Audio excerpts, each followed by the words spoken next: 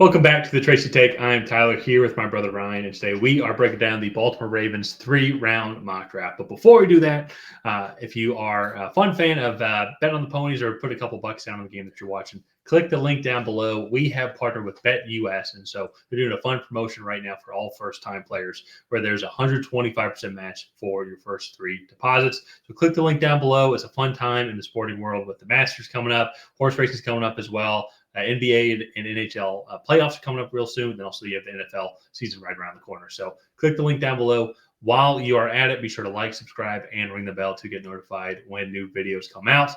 Ryan and I were trying to get to 3,000 subscribers by the NFL draft. We're only a couple hundred away, so any help is greatly appreciated. So here we want to go over what the moves that the Ravens have done so far in the offseason. A couple of big ones. Derrick Henry is here. They've also re-signed a couple of key players like Justin Madubuike. But also, too, if you look at those departures, it's almost probably just as big, if not bigger, I would say, for this team, such as moving on from John Simpson and then also moving on from Morgan Moses as well. So that's on the offensive side of the ball. Patrick Queen also, too, on the defensive side of the ball, and also Kevin Zeitler as well. So, Ryan, I want to throw it over to you. What part has been the biggest loss so far? To me, I think it's probably Patrick Queen. I think they showed that they can move on from guards and kind of still have an effective offense, especially with Todd Monken pulling the strings. To me, the Patrick Queen loss is immense. He was kind of the heart and soul of that defense. He allowed them to do so many things on the defensive side of the ball and get really creative. They do have Roquan Smith, who I think will take on a much bigger role there as well. But again, having both of those guys would be fantastic. And then I think you also look, Jadeveon Clowney had double-digit sacks for them last year. Ronald Darby was a pretty consistent player in terms of playing time. And I do feel like they lost a good bit, and they didn't really replace him. Like Nelson Aguilar, you have New England there. That was a re-sign for them. He was on the that's team an last error. year. No, you're good. And then like Josh Jones came over there, and like to me, Derrick Henry was the only real signing that they had that to me was like a splash. So it's going to be interesting. I think this draft is going to be essential for them to succeed as well. I will say OBJ is still out there on the free agency market. And right now, it doesn't sound like he's coming back to the Ravens. It sounds like he's potentially going to the Jets or like the Vikings or something. I don't know. So, well, he was what, $18 million yeah, for 1 year. And he got like 500 yards. So it's Yeah. like it's not worth it. And it's going to be interesting just to kind of go and see. The biggest thing to me is that offensive line. Yeah. I'm curious how they're going to replace that. Well, Lamar kind of showed that didn't really matter last year. Yeah, because when push came to shove, Lamar was just going to run around for 15 seconds, and nobody could touch him. Yeah, So, but you invested a lot into him, so you're still going to want to. No, I agree. Have a couple of guys who know what they're doing that's in front of them, and so it's going to be interesting here. It makes me think too, like what their route's going to be as we go to their first pick as well, because we ended up going on the defensive side of the ball, going with Kool-Aid McKinstry. He ended up falling to them going on 30. I feel like that's an area that the Ravens could get a little bit better at. We feel the Ravens front seven is phenomenal, and they have a lot of good secondary guys as well, but maybe that could be an area that they could go and improve on. But also, too, they did lose so much on other areas of the defensive side of the ball. And it's like Patrick Queen, so to say, but also, too, offensively, if there's going to be some offensive linemen that are there that could kick into guard.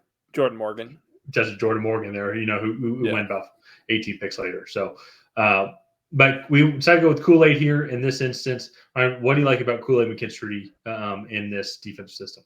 Yeah, I mean, he's a very versatile guy. I will say he probably thrives more in a zone-heavy scheme, which I do think that the Ravens run. And there are a lot of projections that potentially have him moving into safety later on into his career, just because I think he has the athleticism on the outside, but his instincts in zone are so immense that he could play in the middle of the field and be really, really good. So I like this fit.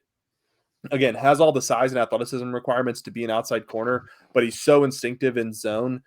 And I think that's where he really shines on tape. It's just in zone coverage there. Mm-hmm. Yeah. So So he is a great player. This is a good cornerback class for the first round. Well, just in general too. So let's move on now to their second pick. This is going to be an area where we feel that they actually give Lamar Jackson some more weapons here as well. Go with Jalen Polk. I feel like Jalen Polk kind of fits what they're looking for overall, just with his overall speed and versatility, like in his deep threat capabilities. Because you're going to have Zay Flowers underneath and Mark Andrews underneath as well, and Isaiah Likely also too. I'll throw him in there. So a guy like Jalen Polk to maybe clear out that space, give them a little bit more room to run it. Because then you combine that, and then with his deep threat capabilities, also the two Lamar Jackson's capabilities to scramble, as we all know, it really makes it seem like how do you stop this team? Jalen Polk is going to be the guy, and even if he just runs go balls, I'm not saying that's all that he does, but if he just runs go balls, he's going to open things up for Zay Flowers as well. Then you still got Derrick Henry underneath, and so you're not going to be able to put eight guys in the box. So it could be absolutely scary, I think, how defenses go about managing this Baltimore Ravens offense. Yeah, and that to me, I think, is why I like the Jalen Polk fit here, especially at 62. I think that's immense value because I really think he could be in play for the Patriots at 34. But with him, if he gets he's going to get one-on-one coverage a lot because you're going to have Zay Flowers there, who's almost going to demand double coverage, if not like inside outside coverage, which is essentially double coverage just in more of a zone form.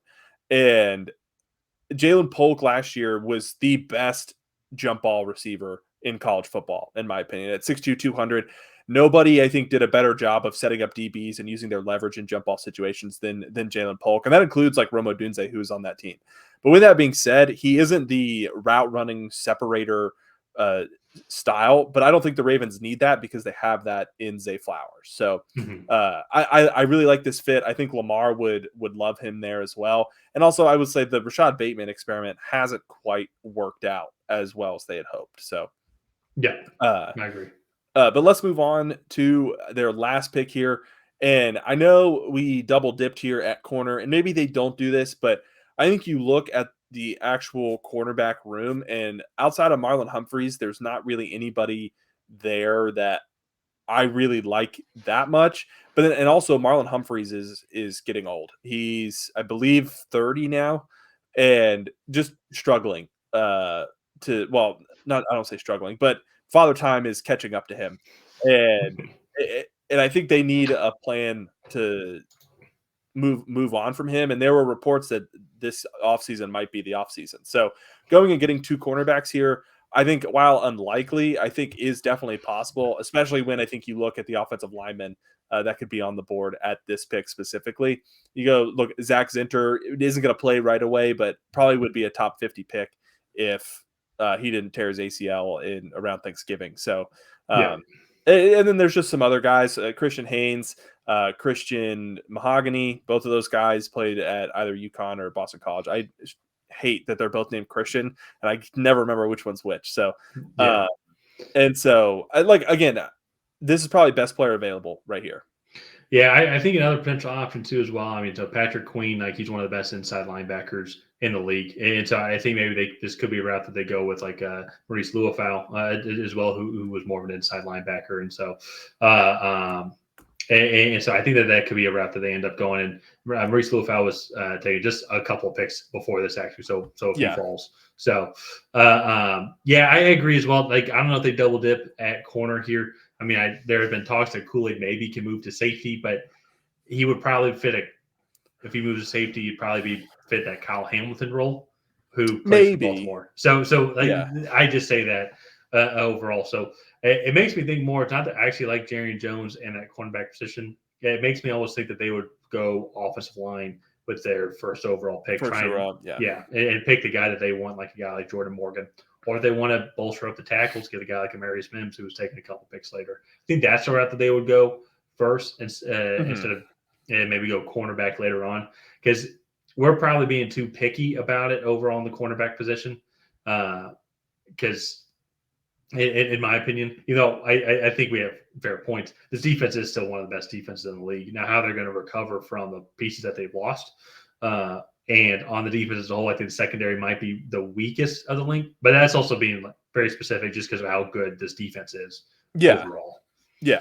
And all in all, I do feel like when we were making these picks, we were taking best player available, which I think ultimately will be the route that the Ravens go, because even though they have holes, I don't think it's anything major that they couldn't fill right away. And so all in all, I think it's just going to be best player available that the Ravens take. So let's go ahead and wrap this one up here. If you guys have not already, please go ahead and like and subscribe. Leave a comment down below on what you thought of this Ravens 3-round mock draft. Did you love it? Did you hate it? What would you do differently? And other than that, we'll see you guys next time.